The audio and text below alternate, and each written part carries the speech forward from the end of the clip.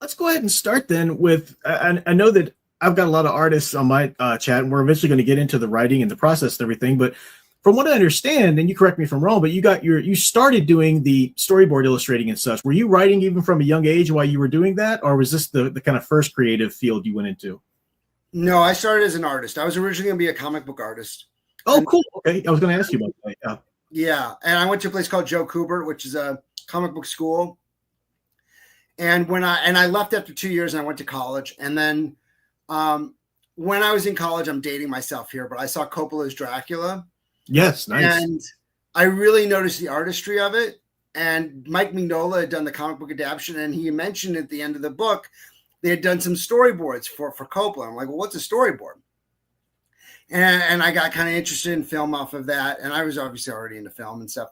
And so I came out and I was a runner for a guy named Joel Silver who made The Matrix and Die Hard and stuff. Funny story about The Matrix is he was developing that when I was working there. And I read the script and I got about 30 pages in. I'm like, I don't get it. People forget, but at the time, everybody passed on me. Nobody knew what to make of The Matrix. So what Joel Silver did was he spent hundreds of thousands of dollars to storyboard over a year and a half or whatever, the entire movie beginning to end with these gorgeous panels. And that's how he sold it to Warner Brothers, because the script was brilliant, of course, but it was so brilliant that nobody really had a context for it. And we're like, so the storyboards really helped on that.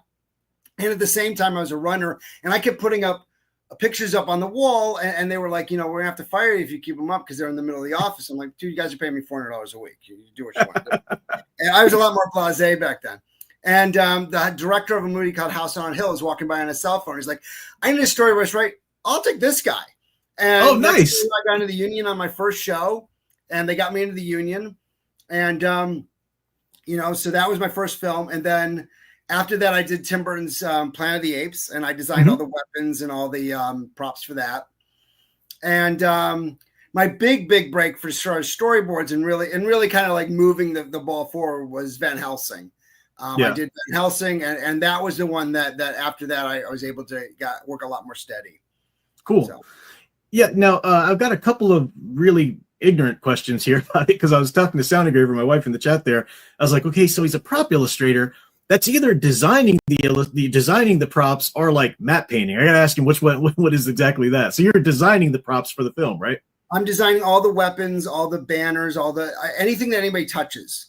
Gotcha. So like in Thor, all the Asgardian weapons, I designed everything that was Asgardian. The hammer, I worked on the handle, but I didn't work on the whole thing. They had one guy working on the hammer forever, and then I did all the Asgardian weapons. And in fact, my wife and I, who's then my girlfriend, she and I went to Thor 2, and which I had nothing to do with. And there were more of my designs in that movie than anything else I've ever worked on, because all the stuff I didn't make in the first film made it in the second one. So like his mother's gold sword, what happened was I gave all the Asgardians gold weapons because in 1980, I think, they made a Flash Gordon movie, and Flash Gordon had this gold sword, but he never used it. He holds it up like threateningly at the end, but does nothing with it. So I'm like, why don't we make all the Asgardians have gold weapons?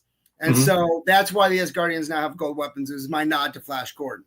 And another nod in that movie was there's a guy called Volstagg who's got an axe. And I gave him a triple-bladed axe. And he's got 3 blades. And that was my nod to Sword and the Sorcerer, which it was another early 80s movie. Yeah. It had this really cool triple-bladed sword that I never forgot. Yeah. And so that movie was filled with designs and stuff that, were nods to things that I had grown up with. And so I'll sketch them up, and then the prop master, the guy I'm working for, he'll present them to the director, and the director will pick the ones he likes, and then they'll make those. And so I got some questions in the chat here as well. We're going to talk about obviously your books and the design a little bit later, but I had this question myself. How much of a hand as an artist did you have in the cover designs of your books? Because Sound Engraver and Crystal Ashes have been asking that. Oh, I designed all of them. I didn't paint them, but I designed all of them. In fact, the cover to the ship, I sketched out before writing my very first page of my very first book. Like I had it all sketched out in a little notepad. The Ship's Revenge cover didn't come out quite the way I wanted to. I wanted him reaching out. He's red and black, and there's a reason for it. He's called the Prime. He's in the book. Yeah. The third one is my daughter, and that's another one where I sketched it up, and I took the photograph. So that one's nice. And I wanted to look kind of like Firestarter. I don't know if you remember the Firestarter movie poster, but I kind of wanted that vibe. And then Shelley, yes, I sketched up the Shelley one. And then the newest one, I don't know if anybody can see it, but that's the newest one. And for reasons that I can't explain, at the end of the first Shelley book, Shelley goes from it to a she, and Shelley doesn't look outwardly like a machine anymore in the new book. And that's a major plot point for this one because nobody knows that she's a machine, and there aren't any synthetics that look human. And so that becomes a big part of the story. And so like in this cover, you can see it's like an X-ray revealing what's underneath. So she looks human here, more human than she did in this one. Because this one, she was branded with all the synthetics have these brandings like slaves, and they actually have like a plastic resin skin. Mm-hmm. So even in the sequel, they're all called It's, except for Shelley, who looks human. So I called her she. And did you want to share that storyboard of yours now, or did you have a story about that later? You wanted to bring it up? Storyboards, if you want. So just so you know what a storyboard is for anybody who might not know. Sure. Imagine you were doing Jurassic Park, and you have Jeff Goldblum. I think that was his name, right? Jeff Goldblum? Yeah. Yeah, he's in the Jeep and he's being chased by a T-Rex, right? So the Jeep and the actor, obviously, they're real. And then everything behind them, maybe the forest is and maybe it's not. Either it's called practical, which is a real set, or it's nothing there. Today, you probably wouldn't even put the trees in there. But the dinosaur is obviously not there. So you have to sketch out where's Jeff Goldblum, where's the camera in position. So the camera's mounted on the Jeep, looking at Jeff Goldblum on frame right. And then on frame left, you've got the dinosaur. And then they can look at this. It's like a comic book for the crew. So they know where all the visual effects are going to be. You also need it for stunts. Because if you're doing stunts, you need to have everybody has to be on the same page. They have to know exactly shot by shot what we're doing that day. Yeah. So storyboards are like a comic book for the crew, but it's very meticulously like, this is the camera angle. This is what we're doing. So yeah, I can show a few examples of that. Sure. And while you're pulling that up, you have to work pretty closely with the director directly then for that, don't you? Yes. Yeah, I work with the director. Usually the director will give me some notes and we'll look at the script together. He'll give me some basic ideas of what he wants. And then I will go off on my own. And then usually directors react to what you're drawing. And then you go back and forth. On a movie I did called Looper, the director of that, Ryan Johnson, knew every single shot. It was the only time I've ever had that happen in 27 years.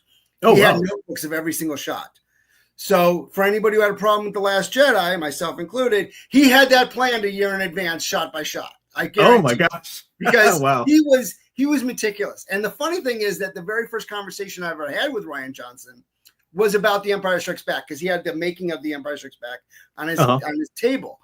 And we were talking about it, and I was a fan of the prequels, and he wasn't as much of a fan. So we were talking about that. And so I thought it was funny that years later, then he would go on to make the second film in the other trilogy. Yeah. Anyway, so these are, can everybody see my screen? Can you see the screen? Yeah, it looks good. Okay. So these are this is back when I used pen and ink. I brought these up because these are ones that are popular online, because the creature on Bakagoon was cut from Van Helsing. And so I did a whole storyboard where we were originally going to have Frankenstein's monster fight him and everything. I couldn't find the fight scene, but I did find this in my computer. Awesome. And anybody wants to find more, you can look up Van Helsing storyboards. And I do know that the fight with Frankenstein's monster is online. It got leaked somehow. I didn't put it up, but it's been up there. So these were back when I used to work in like pen and ink. And back then I was really trying to make my boards like pretty. This is very Bernie Wrightson in style, which I thought fit the tone of this movie. And so these are done at 3 an hour. Now I'm much faster. I do 4 an hour, and these are what they look like now.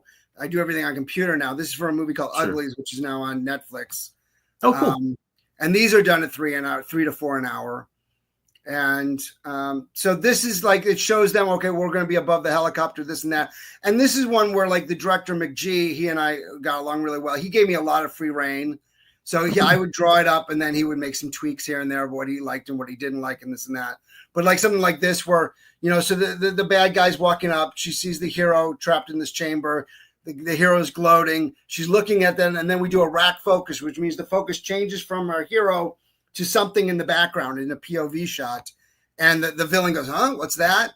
And then we start to reveal behind them, there's this giant helicopter. It rises into frame. And then we go outside the window to reveal it in all its glory. The villain reacts. One of the heroes starts shooting whatever kind of gun they've got. I made it generic because I didn't know what they were going to have. And then all hell breaks loose and starts smashing all the things. And, we have a flood. And all that. So that's kind of, what I do. That's great. Yeah.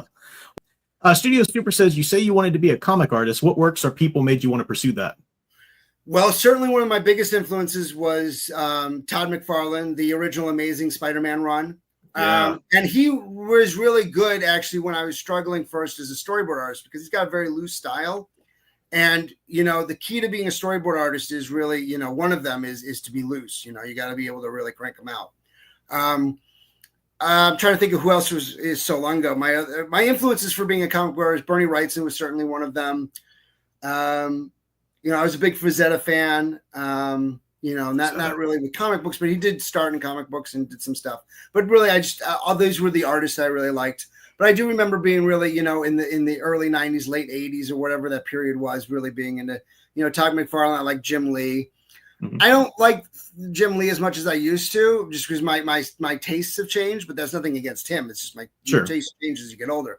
But Todd McFarlane's, the lessons that I learned from him, I still incorporate in my own way now. Yeah. But your interest changes. Like when I was younger, if you asked me what's the greatest movie of all time, I'd say The Empire Strikes Back. But at 53, I've seen enough movies and read enough books to know there's really no such thing. And your taste changes as you get older and you get into other things. And, when I was a kid, I didn't get The Godfather. Now I love The Godfather. So, it's. I'm sure. Let me get this one last question because Studio Super chatted it and I just didn't want to ignore him there. But one last question about the illustration before I delve in more to the writing. He said, would you say that storyboarding and comic art making are so similar that it's practically the same, or are there fundamental differences between the two? Completely different. And let me tell you why. So my very first job was House on a Hill.